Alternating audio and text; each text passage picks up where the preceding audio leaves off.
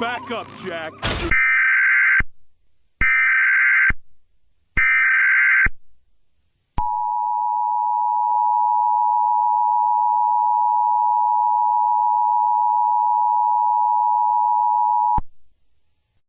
The National Weather Service has issued a flash flood warning for Monroeville in Alabama until 10 a.m. Friday.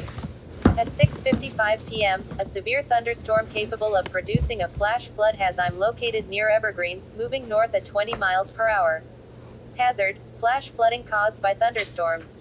Source: radar indicated. Repeat, a flash flood warning has been issued for the Fallen County, Monroeville.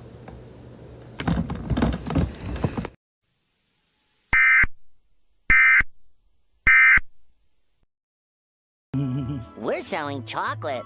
Is your mother home?